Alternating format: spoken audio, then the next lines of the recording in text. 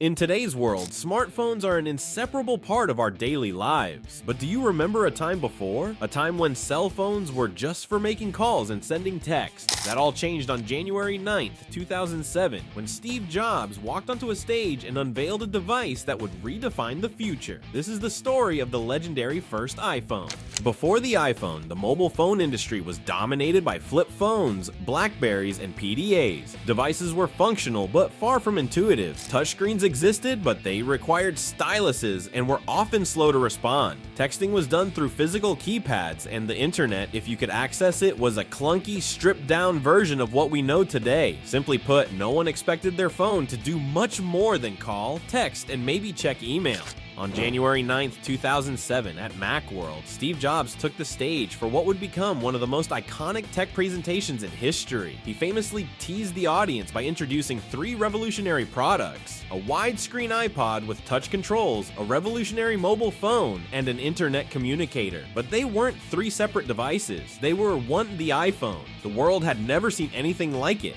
The first iPhone was unlike anything that had come before it. With its 3.5-inch multi-touch display, users could interact with the phone using their fingers, not a stylus. For the first time, you could pinch to zoom in on photos, swipe through apps, and type on a virtual keyboard. It was a phone, an iPod, and a fully functional internet browser, all in one device. The iPhone also introduced features we now take for granted, like visual voicemail and a full HTML browser. It wasn't just an evolution of existing phones, it was a revolution. One of the most groundbreaking features of the original iPhone was its simple yet powerful user interface. Instead of the physical buttons and cramped screens of previous phones, the iPhone had a large, responsive touchscreen with a single home button. The grid of apps was easy to navigate, and each app opened with a single tap. For the first time, users had a phone that felt natural to use, with fluid animations, responsive gestures, and no need for a physical keyboard. The release of the first iPhone in June 2007 sent shockwaves through the tech world. Competitors like Nokia, BlackBerry, and Motorola quickly found themselves scrambling to keep up. The iPhone wasn't just a phone, it was a platform. It paved the way for an entire ecosystem of apps, and soon, developers were creating new ways for people to interact, communicate, and do business. Today, over 15 years later, smartphones have become the central hub of our digital lives, and we have the original iPhone to thank for it.